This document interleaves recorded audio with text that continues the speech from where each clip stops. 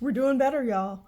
Our spending is magically under control somehow, uh, even though chaos is still happening. So, I, for one, would like to credit the old gods.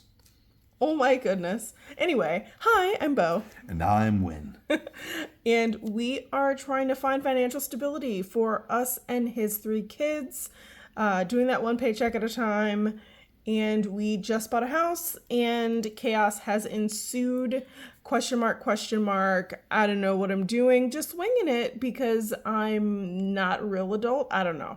But let's get into transactions. So, June 6th, the rent that when accidentally paid, it was actually returned on the 5th, but I'd already recorded transactions and didn't feel like adding it. Don't judge me, you're not my real mom. So it was credited on the 6th as far as the budget's concerned. And Win paid the copay of $40 for his kids' therapy. On the 7th, I decided to take all of my cash back from my credit cards because I can, I guess. You're not her real dad either. That's true. That's true. So I have, 5 credit cards? Four or 5? I don't know. I have some credit cards, and they all have cash back, and I usually pay them every time I get paid. So I get paid on the opposite week of Win. So when got paid on the 30th, I got paid on the 5th. And when I pay my credit cards, that's when I get the cash back credited to my account. Like, that's when it shows up on my accounts. So I decided I'm going to take advantage of that and I'm going to take my money because we've been doing a lot of spending and It's your money. It's my money. It's my money. I earned it by being a responsible adult and paying my credit cards on time. So as of today, we have 0 regular credit card debt. Yay! Because I cashed out my certificate of deposit that I'd initially set aside for education. That moved over to house maintenance. So the credit card that I ran up on buying stuff from Home Depot and from Amazon for the house, that all got paid off once I got this credited to my account. So you're attending the School of Hard Knocks instead. Basically. So anyway, those credit cards got paid off. And I decided to use the cash back. So I got $140 cash back. Feels great. I stuffed $130 in my envelopes, and that was groceries and bulk shopping. And the remaining 10 where no one will ever find it. Oh my goodness. I'm just feeling dramatic. I would have put 130 in the envelopes regardless. That had nothing to do with the cash back. That was the cash back that I had available. So that's what I took. Okay. But then on the 8th, Win had to pay his sister back $20 because chaos ensued and like a week earlier. Yes. So he paid her back that $20. Fun story. I left my wallet at home. And so when I went to go get the boys snacks, I tried to pay with my phone, not realizing that I still had her credit card hardwired to my Google Wallet. Yep. I was lucky that transaction even went through. But I paid her back. Yes. And as a side note, we now have new furniture. So we need to get rid of some of our old furniture. Oh no, the kitty's butt scooting. No. Don't. Okay, so Win is gonna handle the butt scooting kitty, and I will continue with the transactions. Okay, so Chaos ensued when paid back his $20 to his sister, and we got furniture. So we got a sectional couch and a new coffee table, and some other miscellaneous things, all from Wynn's twin sister. She was supposed to buy this house with us, but decided to move to New Orleans instead. And she left behind some of her stuff because she literally like packed up a van and just left. So she left behind some of her furniture, some of her like random things that she had in the house. And now they're ours because she doesn't want us to ship them to her. So yay. That was a little come up. And then, dining,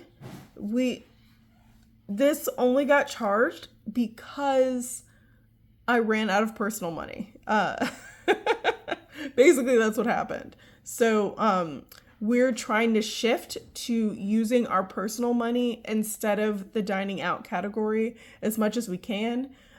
So this was over and above what I had in my personal spending.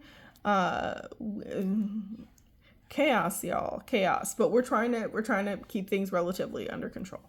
And then on the 9th, S&M collections came out for $50, and Wynn got paid back on the 10th. He got paid back $11 for running to the store for one of his coworkers. Now, 11th and the 12th are blank. However, there were transactions on these days, but they have not cleared the account yet. So they're still pending. So they're not real. They're not real until those transactions actually clear the account. So those will show up on one of these days. I don't know. It sometimes it takes like 2 days, sometimes 3, for transactions to clear. One of them says that it'll be credited on the 17th. So I don't know, y'all. I don't know. I try not to count transactions until they stop being pending, because then I know for sure what date is going to be on the transaction. Because sometimes the date doesn't match when the thing happened. But anyway, don't worry, we did spend money. But yeah, that's it for the transactions. Now, let's look at the envelopes. So these are the variable expenses that we have here. I call them envelopes, but they're not really. It's just ways to keep track of it, and the money rolls over to the next week if it's not spent. So, groceries. Started with $1, added 100, spent 93, so there's 8 left. Bulk buy, started with $50, added 30, spent 33, so there's 47. Transportation, a 155, didn't spend or add. Health, started with 233, spent 211, so there's 22 left. Wynn got a pretty hefty medical bill. I think it's been like $700 in the past like 30 days. It's like $700 in healthcare expenses for Wynn. It's wild. I'm not a fan. But there's 22 left, and next pay period we'll try to bulk this up a little bit. Home shopping, 30. Not that we didn't spend $30 on the house. We absolutely did, but pretty much everything we spend on the house until like the end of summer will just go under house maintenance just to keep things like straightforward, because nothing is going to be $30. Nothing, pretty much. Unless we buy like a pack of toilet paper or like paper towels or something. But yeah. Anyway, And birthdays didn't spend our ad, so there's 34. Clothing didn't spend our ad, so there's 139. I think we need to get some underoos. So that's going to be coming up soon. Shoes didn't spend any, so there's 279. Pet care started with 158, spent 128, so there's 30 left. We did in fact make the cats food this weekend. It's always like a whole thing. We make it about 70 pounds at a time, and that lasts a few months. So I'm actually kind of surprised that we got the amount correct, relatively correct, because it's hard to know like what prices will do, because there are like, we make his food from scratch, and it's chicken and liver and vitamins. So sometimes the cost can vary, and we got it pretty much on par. So there's $30 left there. Personal started with 132, spent 131, so there's one left. I guess I could have made it go over, whatever. I decided, instead of just putting that last $15 in personal and saying I went over budget in personal, it was for food. It was snacky snacks. So, it's whatever. But there's $1 left in personal. And then Alphaba is staying at 216. This is the fund that I'm using to match Wynn's kids' savings account deposits, but they haven't been depositing, so they ain't getting squat because wicked stepmom strikes again. Anyway, let's see what this means for the actual budget. This is closing things out. Feels fantastic. We actually did better than I expected. So let's get right into it. For his paycheck, $1,586 is budgeted. Mine, $2,793 is budgeted. And then other income came out to $647. And then from savings, we took $72.96, which does not feel great. And then we had rolled over $36.94 into this budget. So total inflow was $16,016. It's a lot going on. Yep. And then we skipped investing. That's not what's happening right now. And then his spending, which is Wynn's checking account. Ironically, even though rent was not due, rent was paid, but that got sorted out later. Evidence here. Kid bills, budgeted 183, came out 183. S&M collections, 50 as usual. I almost forgot. Internet's one of those pending things. So it did get paid, but the transaction's still pending. That's why it's not there. Science. Electric bill, only 13. And that's for 2 units. We're really scaling back. No, we're not scaling back. That was just the way the billing cycle worked. It was only for like a week or something like that. Y'all don't listen to her. We're really trying to improve our spending habits, and we're cutting back where we can. This light, this is the only light that's going to be on for the whole day. It's just for this recording. That's all darkness and candles. All men do is lie. Okay. Adventures, still only $20. Miscellaneous, working on it. Budgeted 50. Spent 89. No. Spent 109. Okay. And that went up to all men do is lie. Is 109. So the rollover was what, 1410. Mm-hmm. Final expenditure. Not expenditure. Oh, sorry. Final rollover. Final to the rollover. Next budget. Thank you. Mm-hmm. 3,472. For a subtotal of 3,847, leaving still 12,169. Now, in terms of what I'm saving, I'm not. We're not doing that. First of all, we already handled it, and second of all, it's summer. We're trying to survive, y'all. which Correct. takes us to her list spending. Yes. So this is my checking account. My monthly bills, $73 as opposed to the $48 that was budgeted. What did I add? I forgot. Oh, security system. The initial payment for the security system that we had installed was added to this. And then dining out, 113 as opposed to the 30 that was budgeted. As I said, we are shifting towards using our personal money for the snacks rather than using the dining out category. So this should start looking reasonable in the future. Groceries in bulk, the $260 that was budgeted. Transportation, the $60 that was budgeted. Health, the $80 that was budgeted. Home shopping, $30 that was budgeted. Birthdays, $5.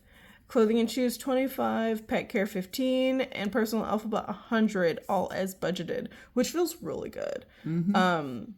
And then my rollover is $4,112. So of course this includes what was rolled over into the budget.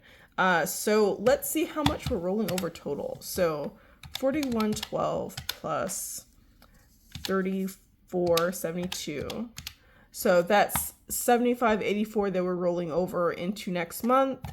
And if we subtract what rolled over into the budget, so minus 3694, that means we're rolling over 3890 of what came in rather than bad.